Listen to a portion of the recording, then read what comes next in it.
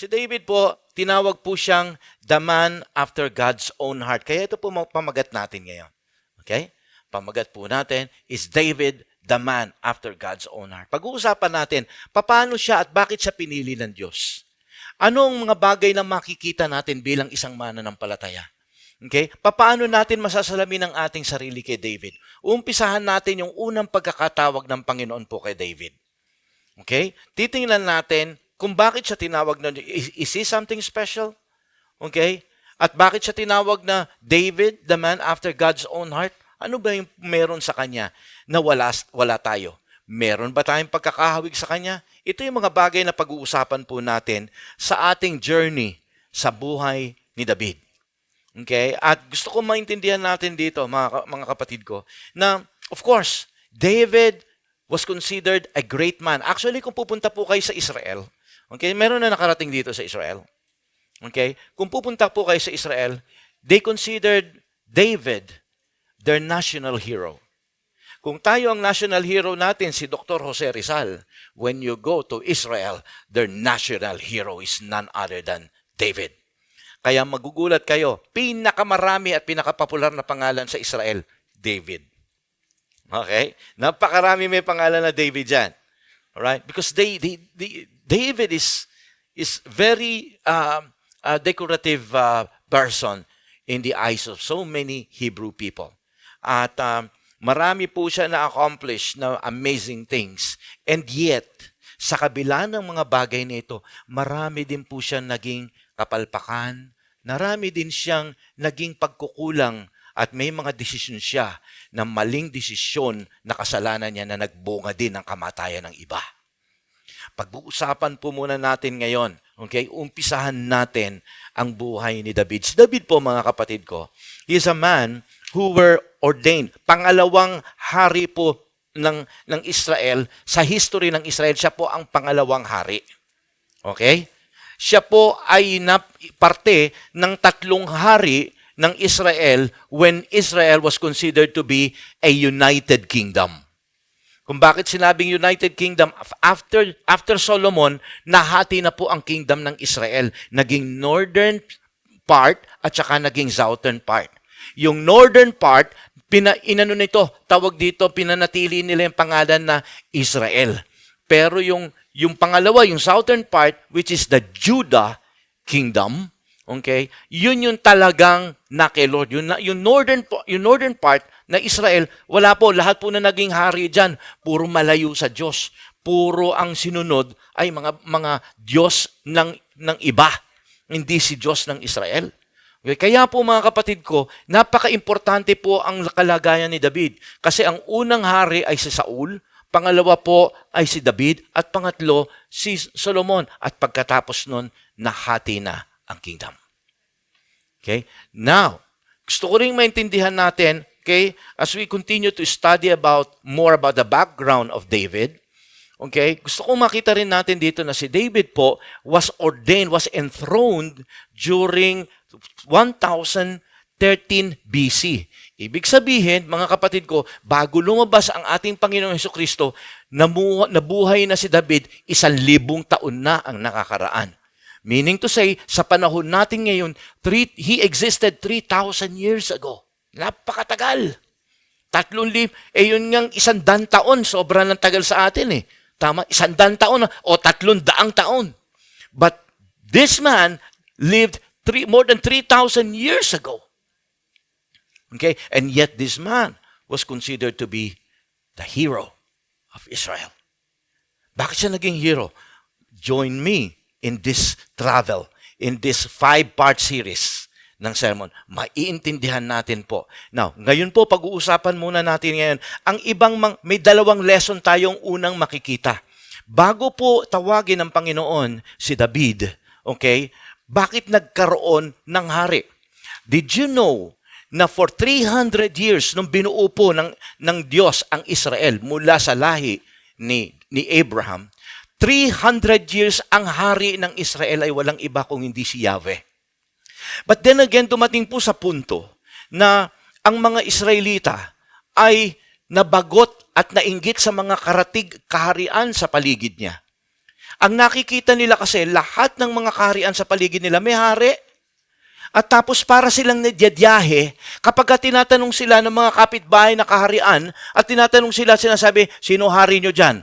Abay, ang sagot ng mga Israelita, ang Diyos, nasaan yung Diyos yung hari? Nasa langit. Okay? So parang dumating dito sa punto na itong mga Israelita, they came up with a plan. Teka muna, parang sa paligid-ligid, tayo lang ang walang totoong hari. Oo, alam natin na ang hari natin ay walang iba kundi si Yahweh. Pero teka muna, tingnan mo naman sila, may mga hari, tayo wala. So they insisted to God that, God, kailangan namin, meron kaming hari, meron kaming nakikita, kasi during the time of David, okay, sa panahon nila, at sa panahon nila Saul, okay, ang isang hari po is the pride of the nation. Pagka meron silang monarch, meron silang hari, that is the pride of the nation. It creates a good image, depende sa magiging hari. It creates a good image of the kingdom. Intindihan niyo po?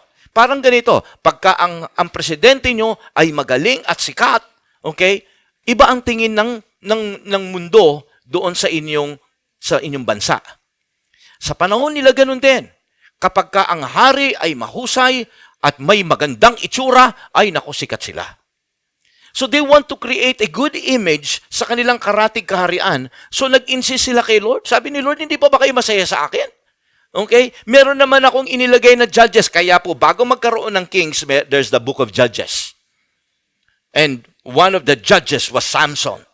So naintindihan ninyo, ito yung mga naghari. Ito yung mga namuno. Hindi naman naghari, kundi ginawang pinuno ng Diyos. Okay? Bilang kanyang tao. Kumbaga siya yung nagre-represent kay God. Now, balik po tayo. So yung mga tao nag-insist na, no, gusto na namin yung totoong hari.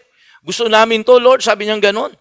So, after 300 years, God permitted them. Ang gusto namin, Lord, yung talagang may pagmamalaki namin. And God gave them what they want.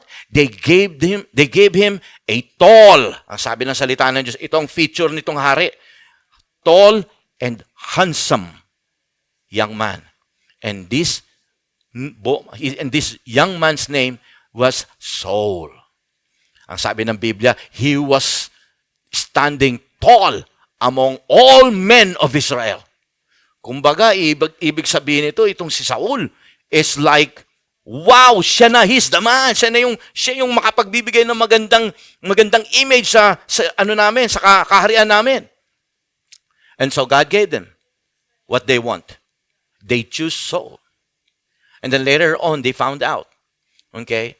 Later on, God rejected Saul. Why? Because the man that they choose to be their king was a weakling, was a depressed person. Alam niyo po na madalas siya nadidepress. That's the reason why, okay, yung depression, okay, kaya minsan iniisip natin depression ay walang relasyon sa demonyo. Alam po ninyo, kung sa tuwing nang nadidepress si Haring Saul is because he was being attacked by demonic spirit. And the only way this demonic spirit will go away is when David will start to worship the Lord. We will go there as we go, okay, to the story of David, pero hindi muna ngayon. Because titingnan muna natin yung unang dalawang lesson na makukuha natin sa ganitong storya. God rejected Saul. Kaya po nung ni-reject niya, okay, maintindihan po natin, kasi minsan ang mga tao talaga gano'n, no? Kahit sa panahon natin ngayon, people has a tendency, we always have a tendency to want what everybody have. Nainggit sila, meron silang Diyos. Yun ang kanilang hari. Hindi naman nagkukulang ang Panginoon Diyos sa kanila. And yet, dahil nakita nila, yung paligid-ligid nila ay may kaharian at may hari, sabi nila, gusto namin ganon. Gaya-gaya. May mga Kristiyanong ganon, di ba? We don't want to be different. Ang gusto natin kung ano yung meron sila, meron din tayo. So, gusto nila, di ba, pagka tinanong nila, ay, sila ganito, ang mga Amalekites may king. Ang mga Assyrian, may king. Ang mga Babylonian, may king. Kayo. Di ba? Wala silang masabi. Ang sasabihin nila, meron din kaming king. Nasaan? Nasa langit. O di ba pinagtatawanan sila? Sasabihin nila, alam niyo, kakaiba kayo. So, again, gusto ko pang maunawaan natin that ang ganun ng tao gusto natin kung ano yung trending, kung ano yung uso. Ganun tayo. Pero alam po ba ninyo mga kapatid ko, bilang isang anak ng Diyos, gusto ko maunawaan natin, spiritually speaking, we don't need to copy what other people are doing. Ano ngayon? Kung nakakakain sila ng masarap. Kung ano ngayon? Kung mas maganda ang buhay nila ngayon. Ano ngayon? Amen? Naalala niyo yung preaching ko last week about a content man at content person?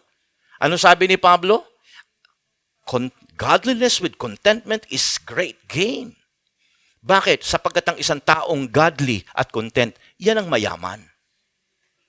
Yan ang mayaman. Kasi ang tao, kahit may pera ka, kung hindi ka kontento, ang tingin mo pa rin sa sarili mo, kulang.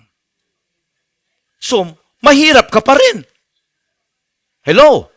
Sapagkat kung araw, kinukumpare mo lang ang sarili mo sa kapitbahay mong mahirap, tapos nalipat ka na sa magandang subdivision, pero ang nakatabi mong bahay sa subdivision, yung pinakamalaking bahay doon sa subdivision, kaya ang tingin mo sa bahay mo, maliit. Okay? So, ang ginawa mo ngayon, okay, nakakuha ka ng malaking bahay kasi laki ng kapitbahay mo. Okay? Kaso nakita mo, yung kabilang subdivision, mas nandoon ang magagandang bahay na mas maganda sa inyong dalawa. Ang taong hindi kontento, mahirap sa kanyang pag-iisip. Naintindihan ninyo? Pero ang isang taong kontento, kahit na iyan, sabi ko nga last week, kahit na iyan ay bibigyan lang ng ayuda ng ganito, sa tuwi-tuwi na, nang hindi sobra, sakto lang parate, siya yung taong mayaman because he's not longing for anything. Amen? Palakpakan po natin ating Panginoon dyan. And now, let's go back dito sa istoryang ito. So the first lesson that we can learn from this story is that stop copying the world or wanting to be like the world. Amen? It will just lead you to all sort of problem in the long run. Yun yung unang lesson na dapat nating makita rito. Wag tayong tumingin sa paligid-ligid, wag nating gayahin sila. Sapagkat kapag yun ang uso at ginaya mo, pagka pumalpak sila, palpak ka rin. And usually kapag hindi natin sinik ang kalooban ng Panginoon at inayawan natin ang kalooban ng Panginoon, dun kadalasan nagiging palpak ang buhay natin. Tama po ba mga kapatid? So tingnan po natin ang nangyari. Nung nilagay nga ng Diyos at gustong-gusto nila si Saul, ano nangyari? Kagaya ng sabi ko kanina, God rejected Saul because he was what? He was weak, he was hot-tempered, and he was a depressed person. Imagine sa ganyang klaseng gandang lalaki, ganda ng tindig, matangkad, lahat na nasa kanya. Okay? And yet, nakita po natin, mahina yung pangilalim. Nakita nyo? Yung ibig sabihin nun, mahina ang pangilalim. Kahit maganda at mag-ara ang kotse mo kung yung pangilalim mahina, walang itatagal yan. Alam natin yon. Ganito ang nangyari kay Saul. That's why when God rejected Saul, what God did, He chose another man. Tingnan natin ang sabi niya kay Samuel. Okay? Kasi si Samuel, reklamo na ng reklamo din eh. Kasi medyo puro kapalpakan na ginagawa nitong si Haring Saul. So God started to talk with the first prophet of Israel. That's Samuel. Kita nyo, yung ganda na yung storya na ito, mga kapatid ko, dito nag-umpisa yung unang hari at unang propeta. Can you get the point? Ang ganda ng storya na ito. Kaya sabi ko, wow, marami kaming kapupulutan dito sa istorya ni David. Maraming bagay na hindi tayo nakita. At yun ang titingnan natin. At ano ang implikasyon nito sa buhay natin ngayon. Okay? Now, tingnan po natin ang sabi ni God, okay, kay Samuel. You acted foolishly. Samuel said to Saul, nagalit. Ito muna po yung usapan kasi nagalit si God kay Saul. So siyempre, alam naman natin kapag ka propeta, ikaw yung spokesperson, no, ng Diyos. So ang ginawa ni Yahweh, puntahan mo yang si Saul. May ginawa siyang bagay na itinago niya sa lahat at akala niya maitatago niya sa akin. So sumagot ngayon dito, sabi niya, "You have not kept the command of the Lord God gave you." Okay? Sabi ni Samuel. "If you had, He would have established your kingdom over Israel for all time. But now your kingdom will not endure. The Lord has sought out a man after His own heart and appointed him leader of His people because you have not kept the Lord's command." This is the first time we hear this word, a man after His own heart. Kaya nga, yun ang talagang titulo ni David. Yun ang talagang tumatak sa puso at isipan ng buong Israel. He was a man after God's own heart. Okay? Pagka sinabing a man after God's own heart, okay, maintindihan natin, who was Saul? Saul was a man of the people. Tama? Siya yung pinili ng buong Israel. But this time around, ang sabi ni Lord, okay, don't you worry. I'm not taking out the kingship. I will give you a king. But this time around, it's not your choice, but my personal choice for all of you. Masarap yung choice ni Lord para sa atin. Tama po ba? Okay? Minsan, may mga pagkakataon ayaw natin yung choice ni Lord. Parang dadalawa lang yung mga kausap ko ngayon. Bakit kaya? Okay. So tuloy po natin ang sabi ng salita ng Diyos. He was called a man after God's own heart. David was described as a man after God's own heart. Now, don't make a mistake. Don't make a wrong idea that the reason why God have chose David and called him the man after God's own heart is because David was a super Christian person or super spiritual person. Don't ever make a wrong idea that David was sinless. That David was a perfect man. No! You will be disappointed pagka nalaman ninyo kung sino siya. But gusto kong maunawaan natin dito, mga kapatid ko. He was not a perfect man. He was not a sinless man. Okay? And yet, he was called a man after God's own heart. Okay? Mamaya tatalakayin ko bakit tinawag siyang a man after God's own heart. So, basahin na natin ang istorya ngayon. Ito ang ating text. Samuel chapter 16. Okay? So, we're gonna read from verse 2 to 13. Just bear with me. Maganda naman itong istorya. Okay? Hindi naman kayo aantukin. Ito po sabi ng salita ng Diyos. The Lord said, so inutusan na ngayon ni Lord si Samuel. Kaya niya inutusan si Samuel sapagkat ni-reject na ng Diyos si Saul. Tama? Pagka ni-reject ka na ng Diyos, okay, ang Diyos kukuha na ng iba. That's the reason why never ever take your ministry for granted. Kapag kayo binigyan ng trabaho ng Panginoon, love it with all of your heart. Kaya kung kayo ay tatawagin ng Diyos, okay, huwag niyong mamalitin ang gagawin ng Panginoon. Because today, I am going to talk about the word promotion. Can you repeat after me? Promotion. Paano kayo pro-promote ng Diyos? I just want you to understand this. Maganda po ito pag-uusapan natin ngayon. Okay? Tuloy po natin ang istorya. So, take a heifer. Okay? Ito po yung parang sungay. Okay? At dyan usually nilalagay yung oil. At pinupuno yan, at kapag ka mayroong seremonyas ng sacrifice, yan ay po ibubuhos. Okay? Sa isang tao, when somebody is being ordained, or sa isang espesyal na sakripisyo. Okay? Ngayon, ang sabi ni God sa kanya, mayroon na akong napili. Pero gusto kong tawagin mo yung tatay nung aking napili. At pinatawag po niya si Jesse. Okay? Now, tingnan po natin ang ating istorya. Siyempre, of course, natatakot si Samuel. Takot si Samuel dahil pagka nalaman nito ni Haring Saul, kahit siya yung propeta ng Diyos, kaya siyang paganunin. Tama po ba? Siya yung hari eh. Tuloy natin ngayon. Take a heifer with you and say, I have come to sacrifice to the Lord. Invite Jesse to the sacrifice. Ito yung tatay. Okay? And I will show you what to do. You are to anoint for me the one I indicate. Kung sino yung pipiliin ko, yun ang i-anoint mo. Okay? Samuel did what the Lord said. When he arrived at Bethlehem, ang Bethlehem, napaka-importanting lugar, ano? Okay? Sapagkat si David, yan ang kanyang bayan. Okay? At yan din ang bayan kung saan pinanganak ang ating Panginoong Hesus. Okay? Tuloy po natin. Okay?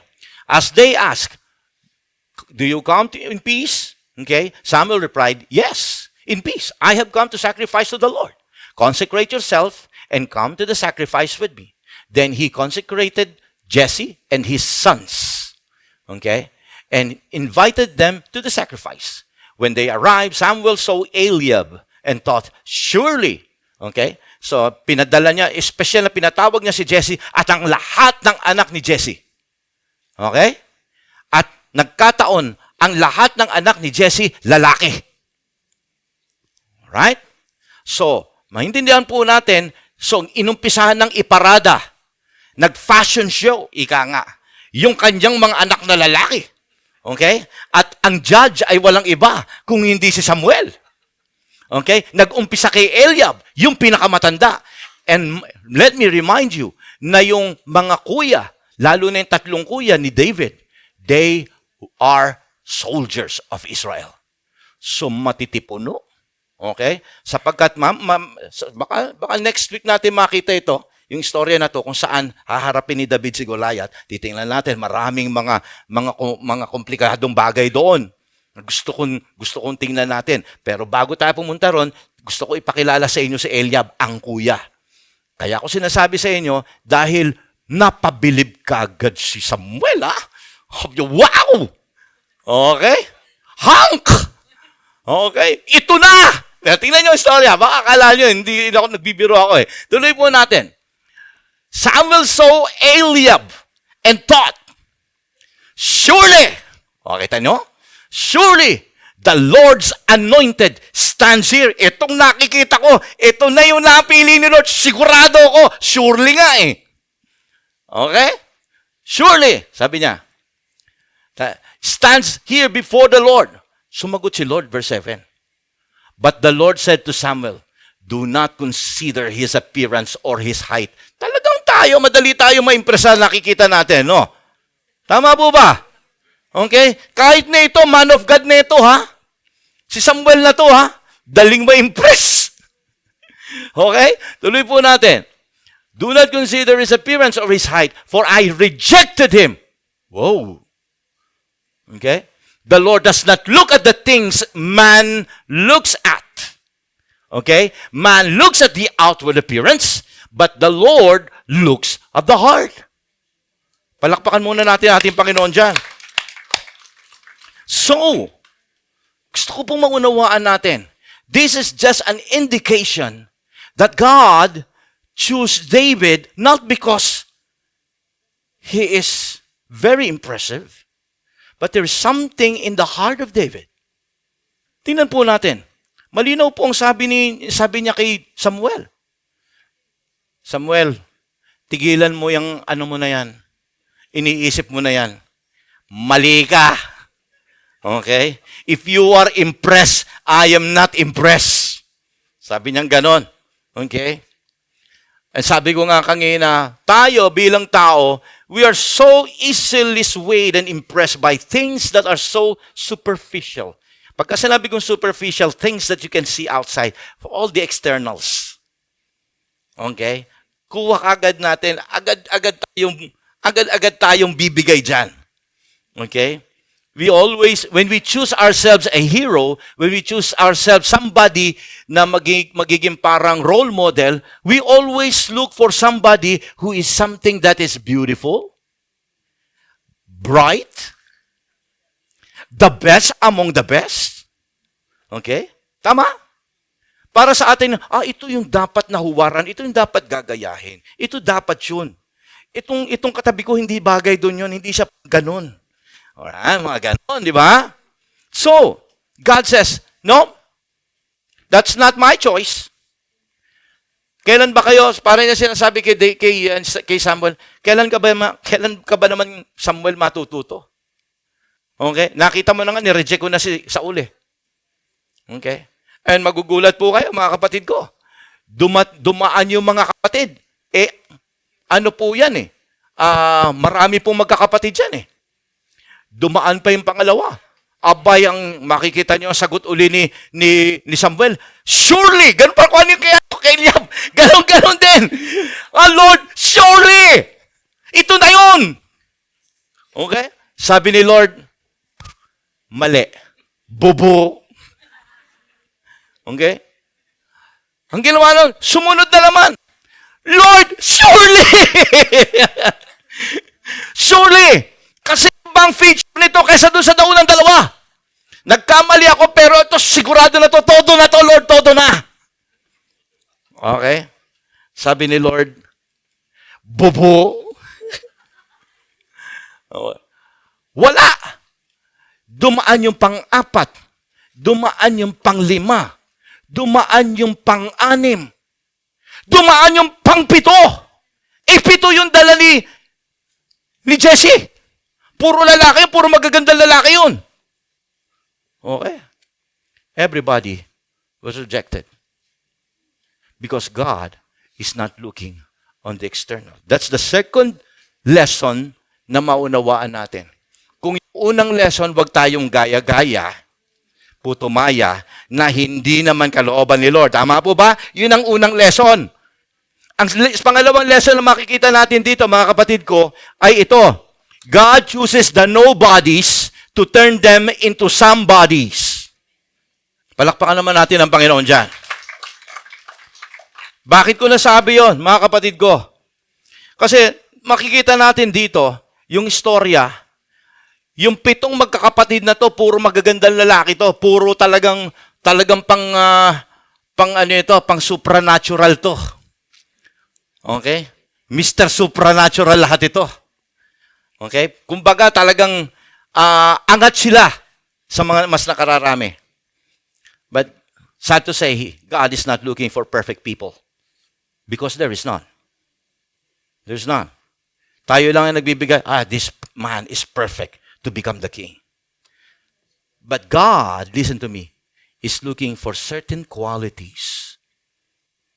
When He wants to use a person and promote that person to a higher calling, listen to me. Okay? Hindi niya tinitingnan kung impressive ka sa tao o hindi. Ang standard ng Diyos ay hindi standard ng tao. Ang standard ng tao mababaw kasi lahat pang ibabaw.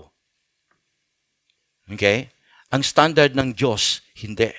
He will make sure, okay, na nakikita niya ang puso. Sa pagkatandaan natin, ito ang magiging regalo ng Diyos para sa Israel.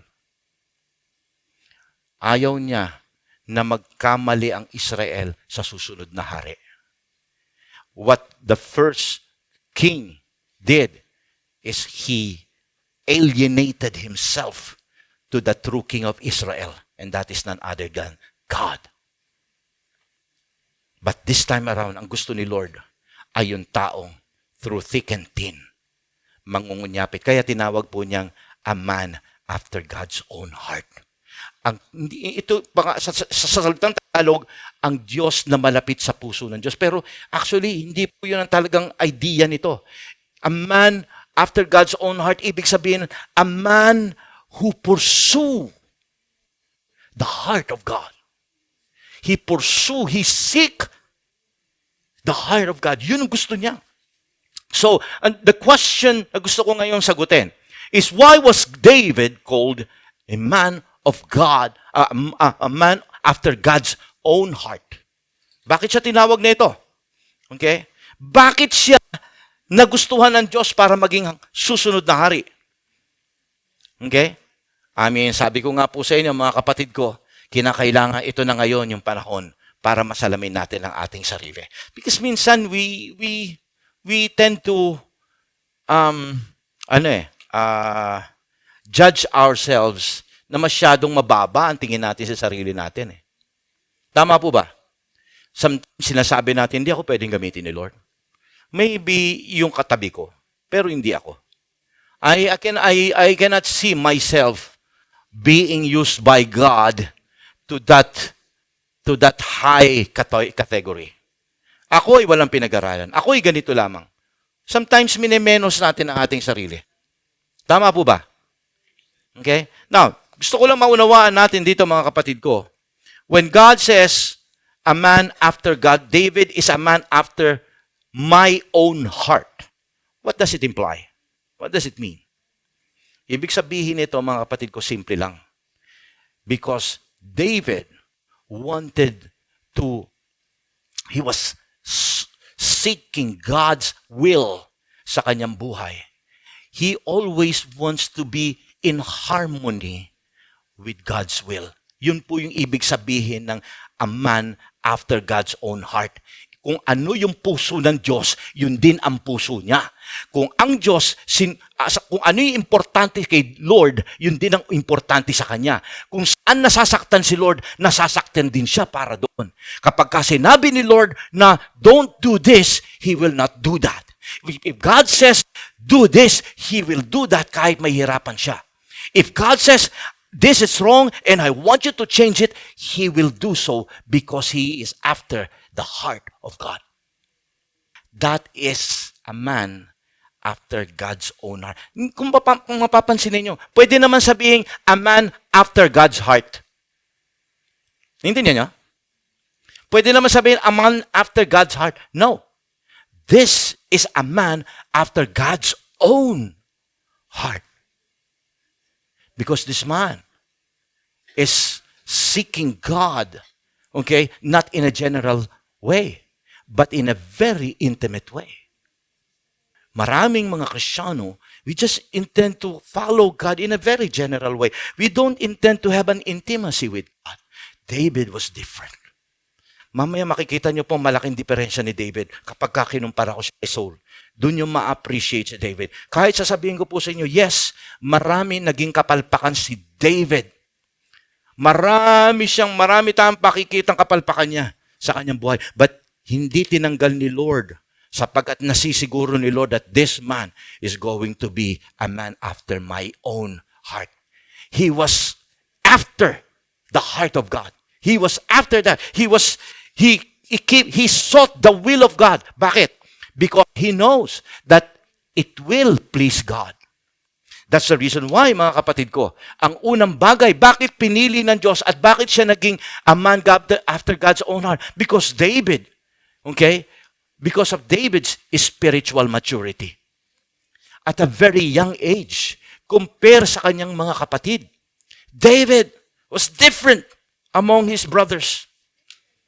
He made it sure that he is always in harmony with God, in tune with God, at par with the standard of God. Itong nakita ng Diyos sa kanya. Alam niyo ba, ang spirit, pagka sinabi kong, if I'm going to put spiritual maturity in other words, alam niyo kung ano? Hindi lang yung minsan sinasabi na ang taong spiritual mature ay mayroong fruits of the Holy Spirit. That's right. Pero isang bagay lang ang masasabihin ko sa inyo, ang isang taong spiritually mature, ang purpose niya isa lang. It is to please God and no more, no less. Tingnan ninyo, nung immature pa tayo sa Panginoon, ano ang nasa puso at nasa isip natin? Di ba puro ako? Kaya ang tao, kapag ka nakasingit, nakaturo pa sa sarili niya, immature pa yan. At kapag ka ang pinopromote pa niya, sarili niya, siya ang pinakamagaling sa ating lahat, immature pa yan. Pero ang isang taong nagmamature, unti-unting lumalayo sa sarili. At unti-unting ang piniplease niya ang Panginoon instead ng sarili na. Amen? That's spiritual maturity. Kaya sasabihin ko sa inyo, if I am to define spiritual maturity is nonetheless a person who always desire to please God. No more, no less. Everything that person do, will it please my God? If God says no, yes, no. If God says do, He will do it. Why? Because He wants to please God. David was a man who lived to please God. If you are a person after your own heart, alam niyo po yung mga taong, a person who is after his own heart, these are the people who are looking to be chosen by the massa. Okay? They want themselves to be noticed by the people, to be promoted by the people, to be chosen by the people. Okay? That's the reason why, anong gagawin niya? He will do everything to please men. Nakuha ninyo? Kaya ko kayo i-please kasi I want you to choose me. But when you grow mature, listen to me. When you grow mature, when your faith becomes adult or something like you're growing, when you're growing spiritually, ang nangyayari ngayon sa'yo, okay, it's no longer about me. Even if people are praising you, no. Okay? Because ayaw mong mabaliwala yung paglilingkod na ginagawa mo sa Lord. Ang sabi nga ng salita ng Diyos, if you receive the praises of men, you will no longer be praised when you get to heaven. Sabi ni Jesus yan. See? Kaya sabi ng Panginoon, mag-ingat kayo. Okay? So this time around, look at this. Okay? You really have to see yourself. Are you pursuing to please God or not? If there is still the thing that the reason why you want to serve the Lord, you want to do some great things in God, but your motive is to make yourself be promoted and be noticed and be chosen by people, listen to me.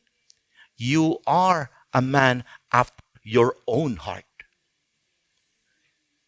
That's the reason why there's a big difference. God saw in the heart of David a spiritual maturity because he always sought the will to please God. Lord, kung gusto mo to, sige. Second,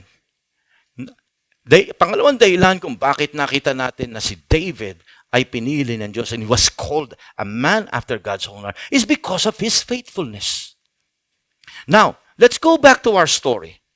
Nakakatawang isipin, okay, na habang nandoon at nakaupo si Samuel at pinarada ni Jesse ang kanyang mga nagwagwapuhan at mga hank na anak. Okay? Sabihin natin, nandito na yung mga kapatid niya. Aba, nasaan po si David? Bakit hindi isinama ni Jesse si David? Alam niyo kung bakit? Sapagkat, for sure, sabi ni Jesse, there's no way in heaven God will choose David. Una sa lahat, bata. Pangalawa, compare dito sa mga kuya niya. Okay? Bata ito, tsaka wala pang nalalaman. Hindi nga marunong makipaglaban pa yan. Hindi niya alam. Pumapatay na ng leon at oso. Nakita ninyo? Kailan lang natin nalaman na siya'y pumapatay ng oso at tsaka leon? Nung siya ay handa na makibaka kay Goliath. But that's another story. That's another sermon. Okay? Gusto ko lang maintindihan natin dito. Okay? Si David, meron na siyang magagandang bagay na ginagawa pero hindi niya pinagyayabang. He was so underrated. Amen? And that is faithfulness. Even if nobody is noticing you, even if you are always left behind, he will just do it because he is faithful. Yun ang faithful na tao. Tama po ba? Okay? Yun po ang taong faithful. Now, tingnan po natin itong istorya na ito. Habang nandoon, hindi siya sinama. Nasaan si David? Nandun lahat ng mga kuya. Pinadadala ni Samuel ang lahat ng mga magkakapatid. Pero iniwan siya ng kanyang tatay. Because sa isip ng tatay niya, hindi siya mapipili. Maunang pipiliin itong mga kuya niya dahil mas maraming good features itong mga kuya niya.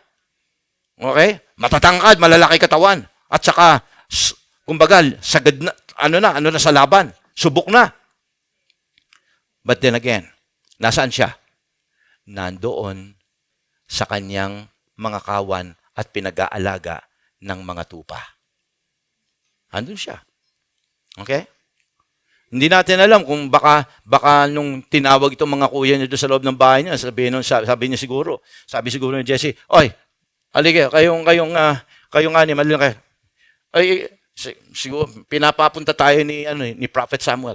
Magbihis kayo ng magaganda. Si David. Oh, ikaw, huwag kang magbihis. Walang magpapakain ng mga tupay, mga trabaho mo doon, gawin mo at ipakainin mo doon sa malayong lugar, doon sa madamuhan. Ganun na nangyari. Okay? So yung mga kuya niyan, syempre maganda bihis. Okay? At pumarada na nga. And then makita po natin dito yung istorya. Naubos lahat yung mga kapatid niya. Walang napili si Samuel. Until pagkatapos nun, nagsalita si Samuel. Sabi niya ganun. Teka muna. Alam mo, sabi ni Samuel kay Jesse, ito na ba lahat yung mga anak mo? Sabi niya gano'n, kasi walang go signal sa akin si Yahweh. Inayawan lahat yung mga kapatid mo, yung 6 na kapatid mo eh. Mga anak mo pala eh. Sabi niya, inayawan eh.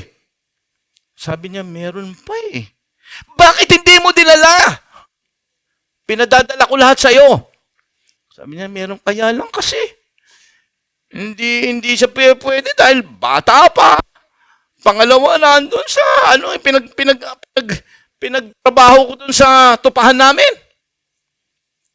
Ay, dalhin mo! Okay? Mamaya, babasahin natin yung istorya. Okay? Pero gusto kong kwento na lang muna, pero babasahin din natin yan. Pero gusto kayong, kung bakit ikwento ko sa inyo, dahil alam niyo naman yung magiging istorya nito, pero sasabihin ko pa rin sa inyo. Nung pinatawag ni Jesse, pinadala niya si David, pagkakita pa lang sa kanya, okay, ni Samuel, nagsalita agad si Yahweh. Sabi ni Lord sa kanya, siya ang napili ko.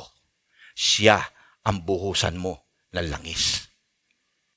I mean, si Samuel, siyempre, nagitla rin siya. I mean, hindi inaasahan ko na iba pala talaga ang choice ni Lord. Amen? Alam po ninyo sa ang choice ni Lord? Ito po ang choice ni Lord. 1 Corinthians chapter 1, verse 26 to 28. Remember, dear brothers and sisters, that few of you were wise in the world's eyes, or powerful, or wealthy when God called you. Instead, God deliberately chose the things the world consider foolish in order to shame those who think they are wise. And He chose those who are powerless to shame those who are powerful. God chose things despised by the world, things counted as nothing at all, and used them to bring to nothing what the world considers important. Para hiyain yung mga bagay na tinitingala ng mundo. Yung ibig sabihin ni Pablo dyan. That's the reason why gusto ko maintindihan nyo ngayon, mga kapatid ko. Never look down on yourselves because you will be surprised that God can promote you from where you are right now. Regardless of who you are, what you can do. God is what He can make a nobody to become a somebody. Palakpakan po natin Diyos dyan. I'm telling you. Ako, I never considered myself to become a pastor. That's the last thing I want to do. Nag-uumpisa po ako mag-preach, binabato po ako ng kamatis. Figuratively. Okay? Because I know this is not my calling. But then again, sabi ko, Panginoon, if really, kayo po ay tumatawag sa akin, then, magpupunyagi ako, Panginoon. Mag-aaral ako para sa kapurihan mo. Then, I begin to see myself changing from glory to glory. That's the reason why I'm saying this to you. It's because, alam po ninyo, kung yun ay nangyari sa akin, pwede mangyari yan sa iyo. Pwede. Wag mong sabihin hanggang dito lang talaga ako. Wag kayong, tingnan niyo yung 1 Corinthians na binasa natin ngayon. Gagamitin ka niya upang hiyain ang mga bagay na ipinagmamalaki ng mundong ito. Because it's not about us. It's about the God who is using you. Palakpakan po natin ang Diyos dyan. Hallelujah. God didn't call the qualified, but He qualifies the called. He's the one who will make you qualified. And not because you are talented, not because you are brilliant, not because you have so many achievements in life. No. Not because you are special. No. Balikan natin itong istorya na ito. Nung siya ay, alam po ba ninyo, nung pagkatapos siyang i-anoint ni Samuel, alam niyo kung ano nangyari rito? Pagkatapos siyang i-anoint ni Samuel, magtataka kayo rito. Hindi siya na yung, pagka in-anoint ka, ikaw na yung hari. Okay? Pero ano nangyari rito? Pagkatapos niyang i-anoint, alam niyo po ba, anong ginawa ni David? Bumalik uli siya doon sa inaalagaan niya mga tupa. Bumalik siya sa bahay niya, nag-alaga uli siya ng tupa. Did you know that after that experience of oil of anointing na binuo sa kanya, it was only another 14 years before he get to the throne. 14 years. At titingnan natin, makikita natin yung paglalakbay niya bago siya maging hari. Kaya sabi ko sa inyo, very colorful ang story. You will be blessed. Because ang gusto ko makita natin dito, yung kamay ng Diyos kung papaanong iginiya ang buhay ni David to become a person God wants him to be. Because I want all of you to be inspired. Kaya mo. Magagawa mo ang lahat ng bagay kay Kristo na nagpapalakas sa iyo. Yun ang gusto ko maintindihan ninyo rito. Kaya nga pamagat ng aking series, yung buong series Rise and the Fall and the Rise of David. Kasi we're not just going to study his victories, but we can learn so many things about those downfall times of David. Now let's move to the story. Bumalik siya at nag-alaga uli siya ng tupa. Seems like nothing happened. Siguro kung tutuusin, no, sa kanyang kabataan, sabi ng iba, though hindi pa siya nasa 13 or 14 years old pa lang siya rito. Tapos naging hari siya for another 14 years. So sabihin natin 14 siya kunyari dito. Another 14 years na siya. 28 years old na siya nung naging hari. Nung siya tinawag ng Panginoon. Tagal. Okay? Tingnan natin kung ano yung storya na yun. Hindi pa natin, ayoko munang jumam doon. So tingnan po natin itong storya na ito. Batang-bata pa siya. Siguro, kung ako kabataan na ganito, at ewan ko hindi lang siguro ako, marami sa atin dito. Ikaw na yung itinalagang hari ng Israel. Siguro, pagyayabang mo na, ako na hari. Tama po ba? I mean, ang nag-anoint sa'yo ay si Samuel. For example, ang nag-anoint sa'yo, okay? Si Angel, kunyari, in-anoint siya ng Supreme Court, head ng Supreme Court ng Pilipinas. Na ikaw na ang susunod na presidente ng Pilipinas. Abay, palagay ko, ipagyayabang na ni Angel, alam mo bang ako ang susunod na presidente? Ay, may pwede, di ba? Lalo pa sa panahon nila. It was Samuel who anointed no other but Samuel, the prophet. Ginagalang ng lahat si Samuel.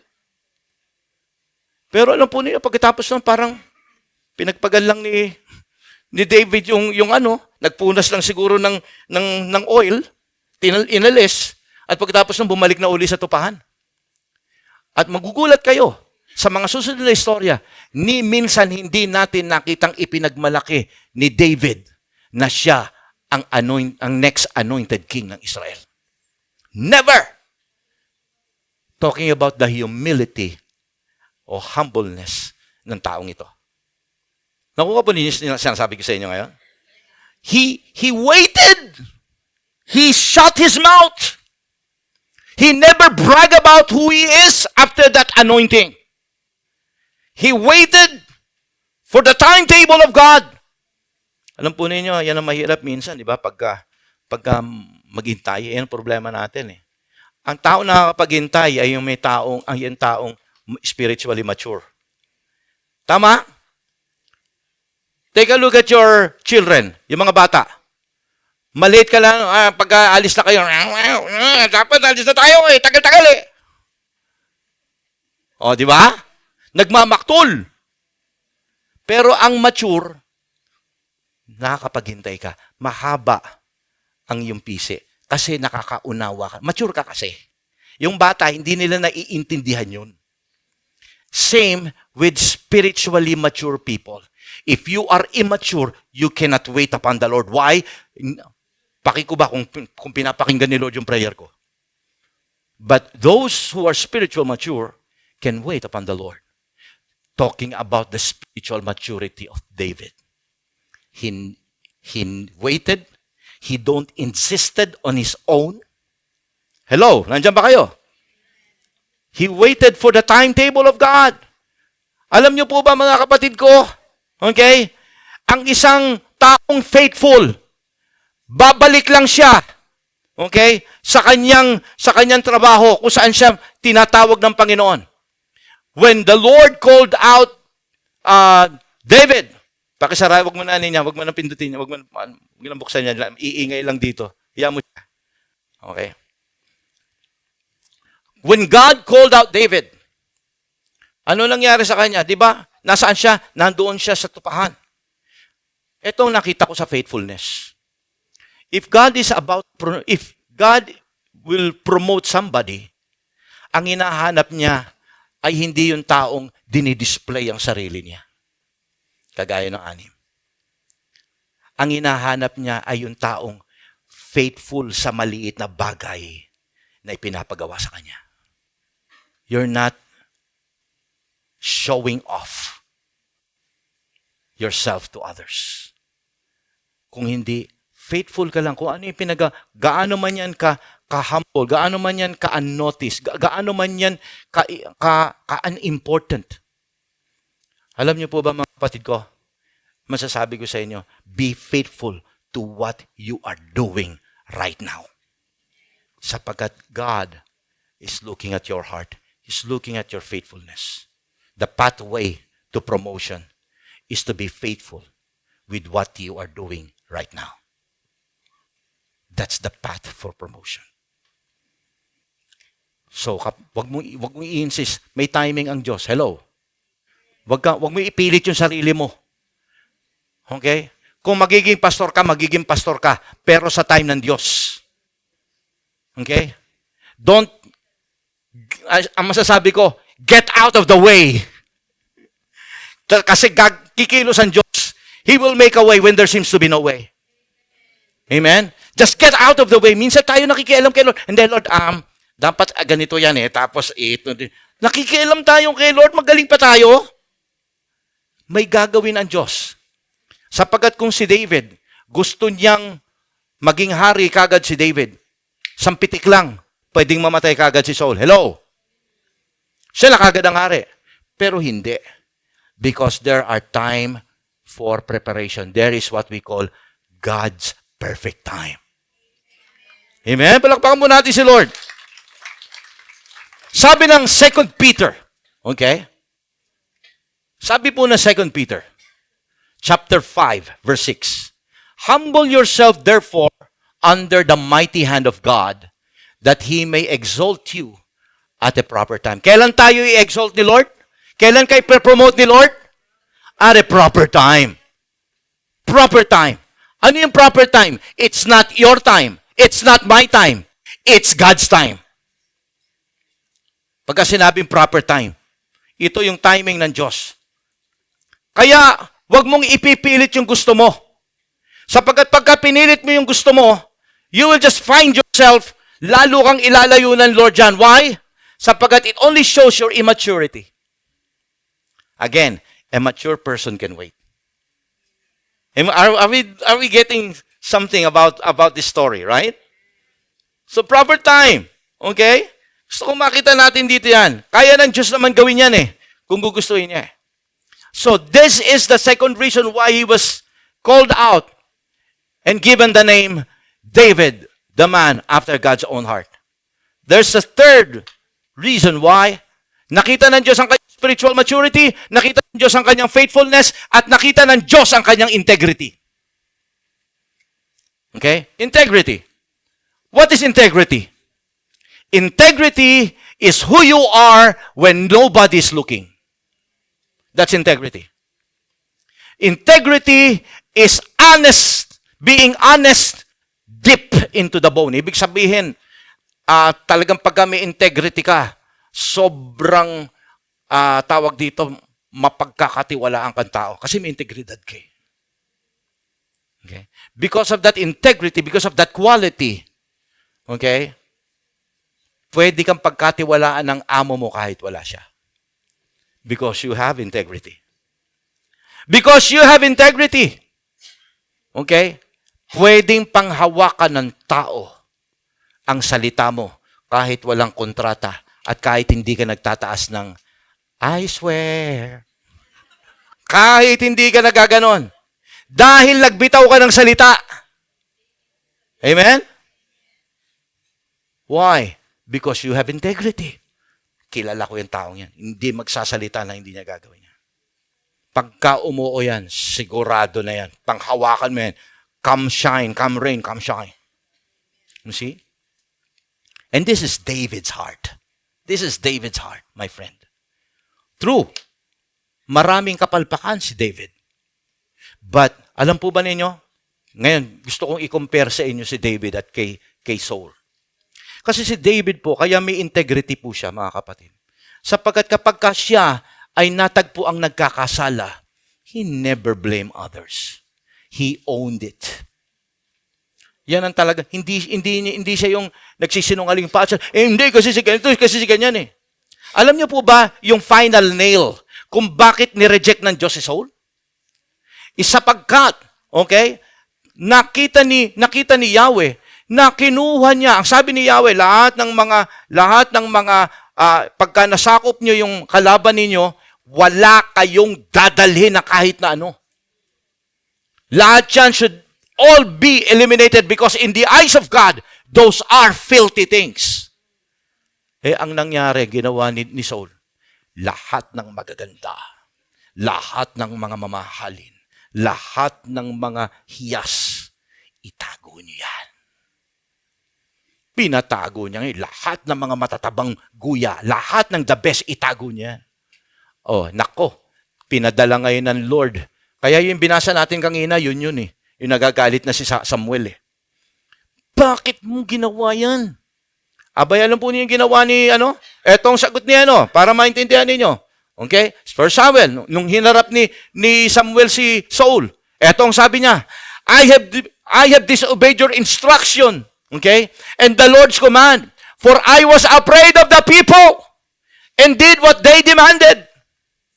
Oh, instead na sabihin niyang, ako ang hari, ako nag-decide niyan eh. Ang ginawa niya, instead na i-own niya yung kasalanan, kanino niya binlame yung kasalanan? Sa iba. Sa iba. Di ba? Nanisi. Parang si Adan. Ginawa mo yung babae na ito. Kung di mo ginawa ito, nalalahimik ang buhay ko. Kanino ba sinabi ni Lord yung kay Eva ba? Hindi. Sa'yo. Oh, ganito na yung sinabi ngayon ng Lord kay Saul. Instead of owning it, he blamed others for his sin. But one day, when David sinned with Bathsheba, against God, nagpadala ang Diyos ng man of God, Nathan. He went straight to hindi na ako magsasalita dyan dahil yan ay another part ng ating series na sermon, ha? Pero nung sinabi ni Nathan, ikaw ang makasalanan na yon. Alam po ninyo, ang ginawa ni David, eto ang sagot niya. Okay? 2 Samuel chapter 12, verse 13. Okay? I have sinned against the Lord. At pagkatapos po nun, anong ginawa niya? Ang ginawa po niyan, sinira niya ang kanyang balabal na panghari. At nagpalit siya ng sako. And he started to fast and pray to return the favor of God. Yun po ang ginawa ni David. So makikita po natin, David is just an ordinary person, just like you and me, pumapalpak. Nagkakaroon ng pagkukulang din. But one thing God can see in the heart of David is that he loved God so much. Na kapag siya ay nirebuke ng Diyos, he will be there willing to change. Friends, ito yung bagay na nakita ng Panginoon.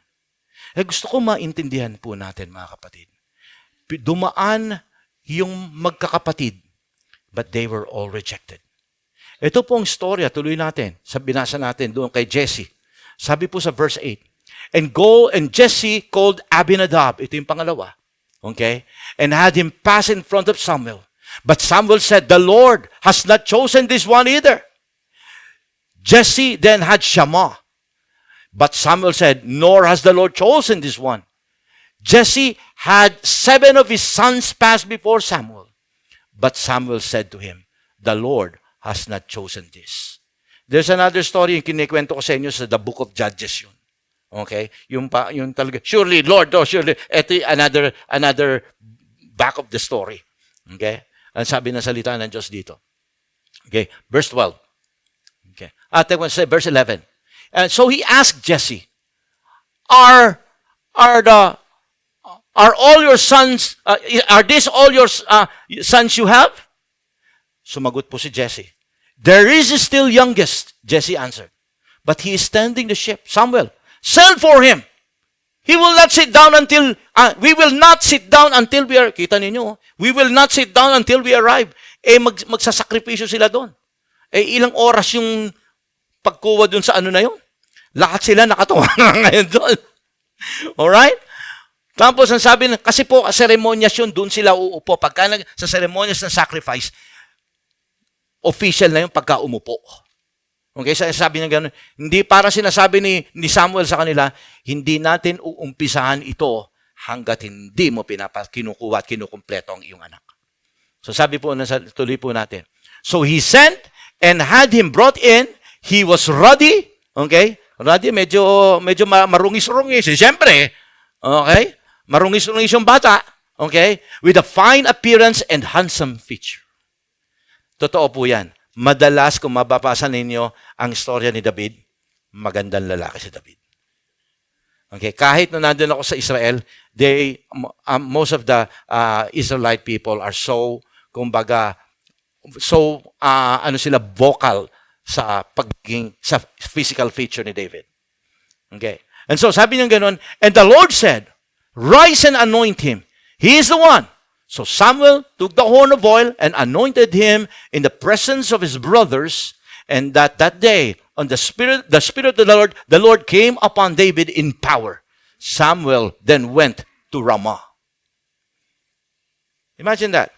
Okay. Tandaan niyo itong verse na ito dahil sa susunod na preaching natin pagka dumaan na tayo doon sa David versus Goliath. Tandaan niyo to ha. Okay, yung verse 30 na to. So Samuel took the horn of oil and anointed him in the presence of his brothers. Because we're going to talk something about that. Okay. In the meantime, gusto ko makita natin dito ang isang bagay. That, bilang mga anak ng Diyos, we can identify ourselves to David. He is no special person. He is no phenomenal person or Christian. He is a person just like you and me. The only thing that God saw him is that he is spiritually mature. He is faithful. Kung saan siya pinagagawa ng Panginoon. Hindi siya nagrereklamo, kung pinapagawa sa akin to, gagawin ko to. If that is a menial work, mababang bagay, mababang gawain na ibibigay sa akin, I'm just okay with that because ibinigay ito ng aking tatay. Or in the meantime, sa ministry, sasabihin ninyo na hindi ito masyadong importante, but you're going to do that anyway with all of your heart. God can see those faithfulness. And then, keep yourself living in integrity. Bago ako magtapos, gusto kong tingnan natin at magkaroon tayo ng tinatawag na inward spiritual inventory sa atin. Tingnan natin ang ating sarili. Una, at the very center of your heart, sino talaga ang pinaglilingkuran mo? Sagutin mo yan, ha? At the very center of your heart, sino talaga ang pinaglilingkuran mo? Pangalawa, kung ikaw ay nagkasala, when sin finds your way in your life, do you grieve? Do you harbor that pain? Do you hate it or do you love it?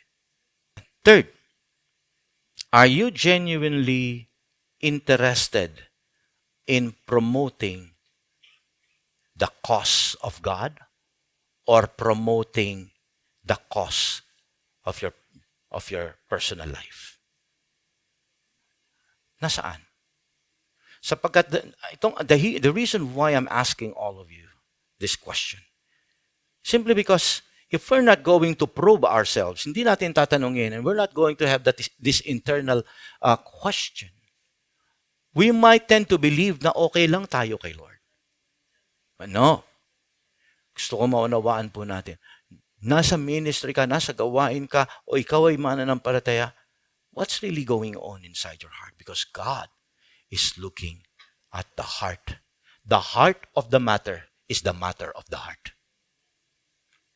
Ang importante ay ang puso na tinitingnan ng Diyos. Tayo pong lahat ay tumayo.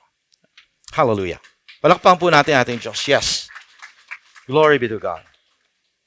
So gusto ko maintindihan natin ngayon bilang mga mananampalataya.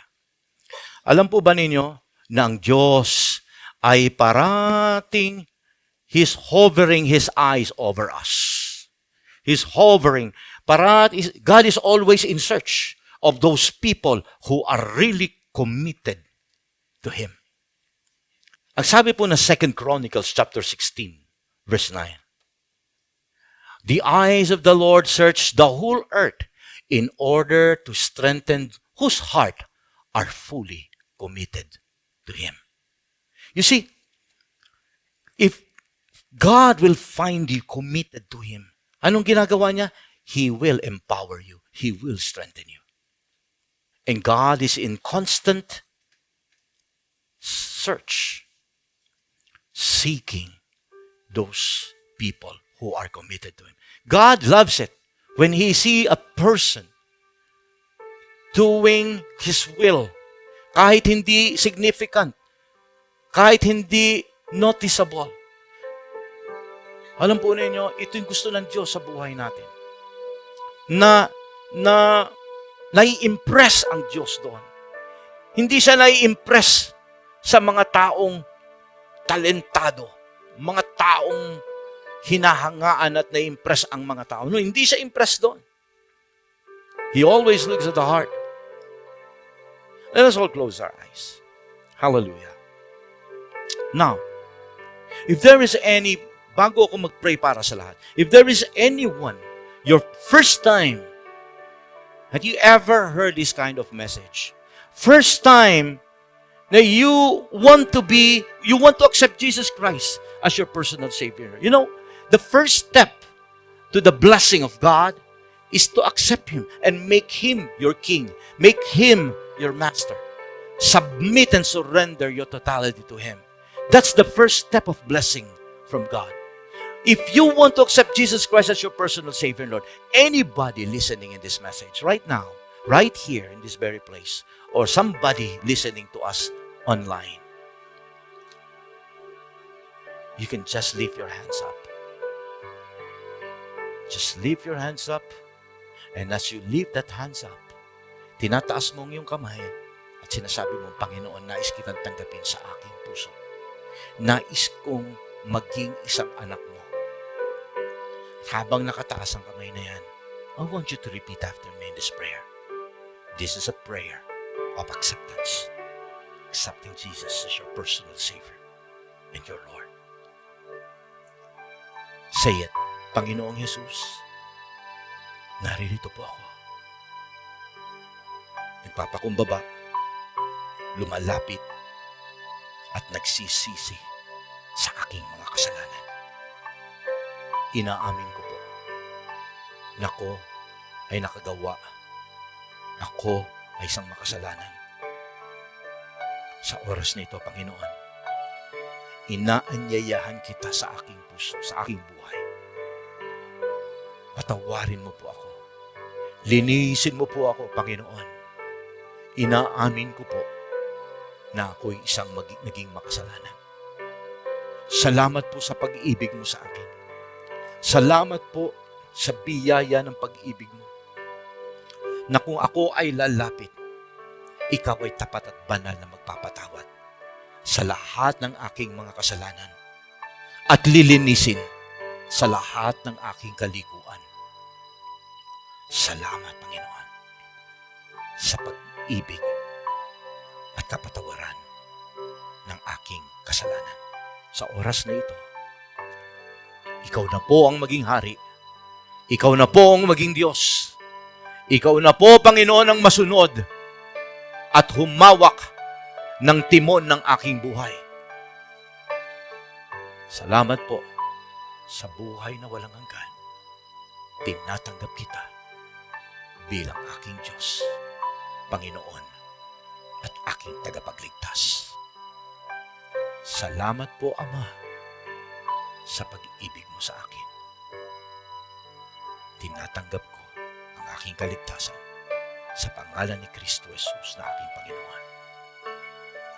Amen. Kapatid, kung ikaw ay tumanggap at tunay na pinadaan mo sa puso mo ang panalangin na ito, I welcome you to the family of God. I believe that this is now the start of a wonderful relationship with the Lord. Dito mo makikita ngayon. Just keep on studying His Word. Keep on doing His Word.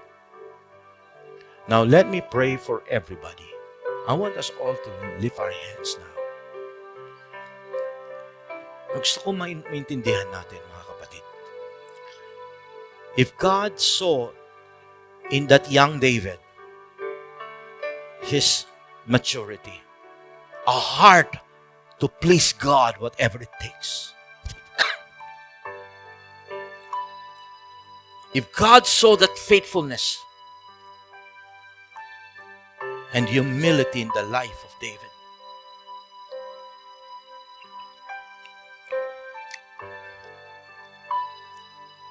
and if God saw that David was living with integrity, even if nobody is looking, nobody is watching, gagawin natin ito because ang puso natin, Panginoon, ikaw ang aking piniplease, hindi ang tao. Panginoon, pagpalain niyo ngayon ang bawat buhay ng mga kapatid kong naririto ngayon. As we are lifting our hands, Father, everything that we do, we will do it faithfully for your glory. It doesn't matter whether it is big, whether it is important, or whether it is unnoticeable, whether it is unimportant in the eyes, insignificant in the eyes of others. But God, I will do it because I want to please you in my life. So bless each and every one of us. Some of us will glorify you in singing. Some of us will glorify you by teaching others and discipling others. Lord, we will do everything that we can do for your glory. Maraming pong salamat, Panginoon. Hallelujah. We give you the highest praises and honor. In Jesus' name we pray. Amen. Amen. Palakpakan po natin ating Diyos.